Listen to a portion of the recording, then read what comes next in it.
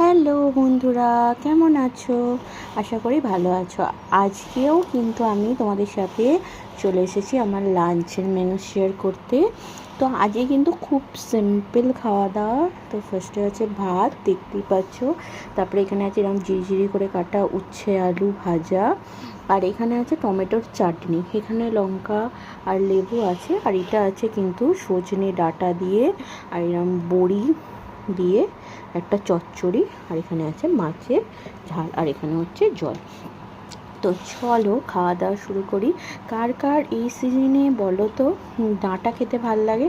আমার তো ডাঁটা দিয়ে যে কোনো জিনিস খেতেই ভীষণ ভাল লাগে।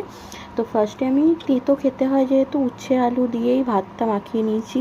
এরকম দুপুরবেলা গরম গরম উচ্ছে আলু দিয়ে ভাত খেতে কিন্তু বেশ ভাল লাগে বন্ধু। তো চলো খাওয়া যাক। আজকে আমি আছি শ্বশুর বাড়িতে, কালকে ছিলাম মামার বাড়িতে। তো ফার্স্ট ব্রাইট।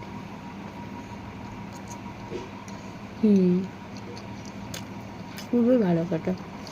তো আমি তোমার বসে আছি, ক্যামেরাটা রাখার একটু অসুবিধা, সেজন্য তোমাদের ভালোভাবে দেখাতে পারছি না। তো তোমাদের দুপুরের লাঞ্চের মেনু কী ছিল আমার সঙ্গে শেয়ার করো। আর সত্যি খুব ভালো লাগছে তেঁতোটা খেতে।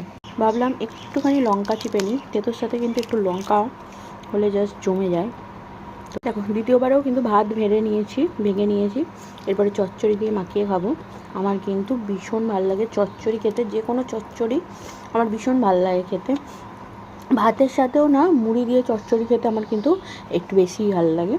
যাই হোক, একটু লেবু চিপে নিলাম। আমি না লেবুটা খাই আর কি, লেবুটা খেতে ভালোবাসি খানিকটা। লঙ্কা কিন্তু আমার সবেতে চাই। তো চল ফার্স্ট বাইটটা নিই।